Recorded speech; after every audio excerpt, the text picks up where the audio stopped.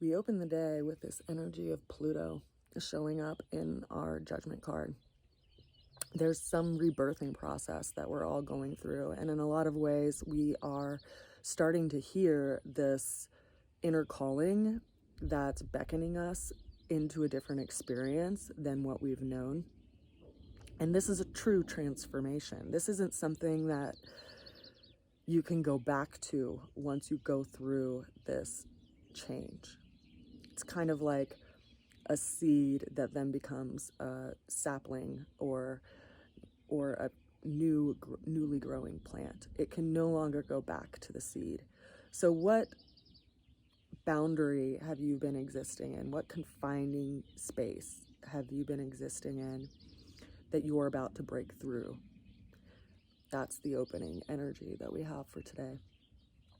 The challenge that is showing up is the Ten of Wands.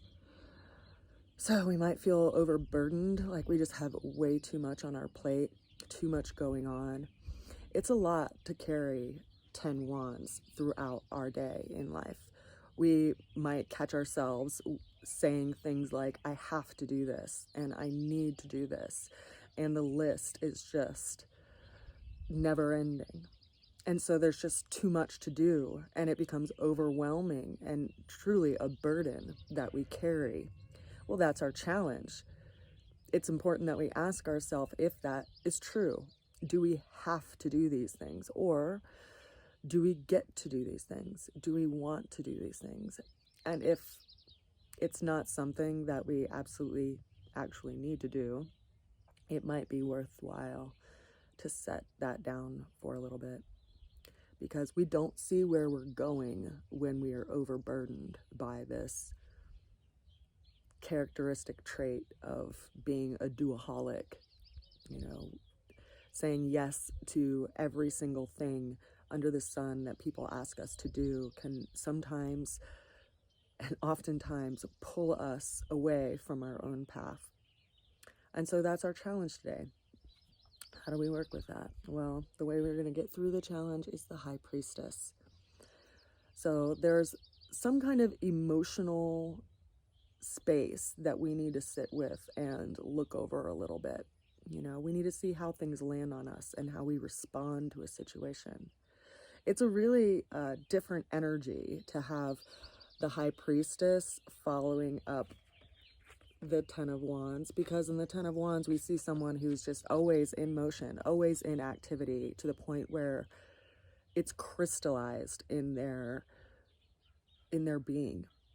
It's I reflect back to a couple of years ago when I had 5 jobs, and I would wake up before I went to work to do work on my business. I'd wake up and make lotion or make cream or make salve or something before I actually went to my job that I had to be at 9 a.m.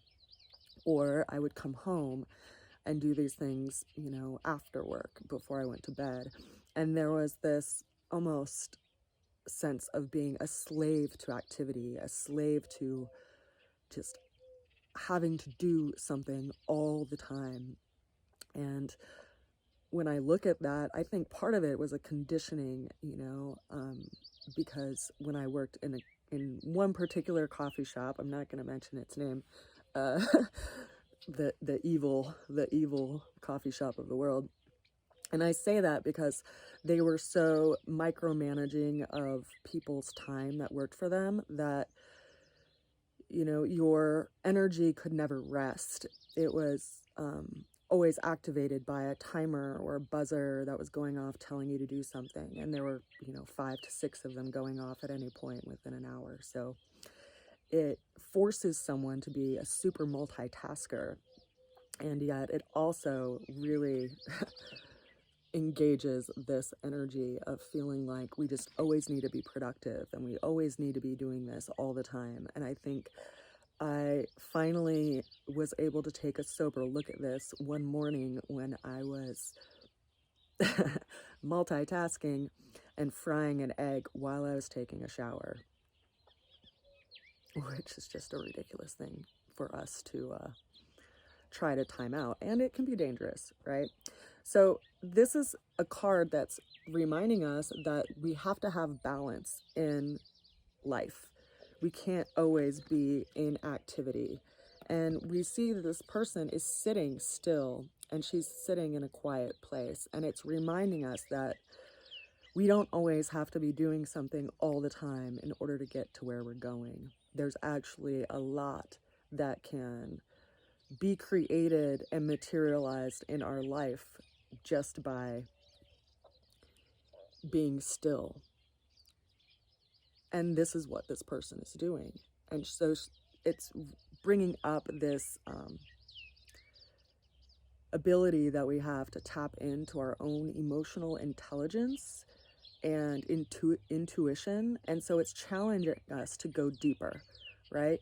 Like, what is it in us that is activated by this energy of feeling like we always need to be doing something? What is it that we're actually striving for, you know, that is being called out into the open with this transformational energy of Pluto in the sign of Capricorn right now? Interestingly enough, the moon, which governs this card, is in Cancer, the sign of Cancer right now. And over the next couple of days, it will be in direct opposition to this Pluto position in Capricorn.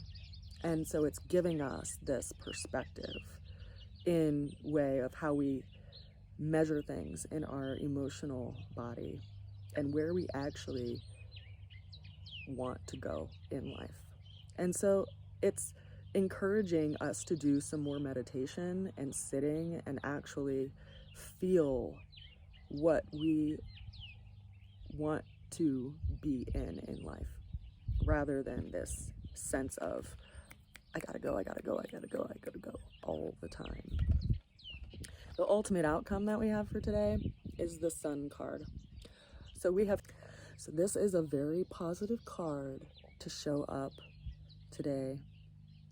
And it's so key in our own lives to consider this energy of the sun.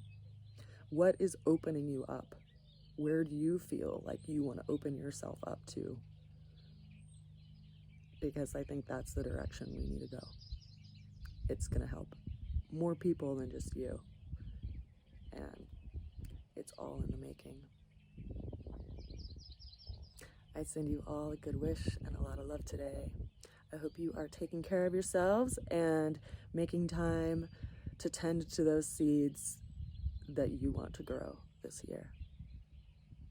I'll see you again soon.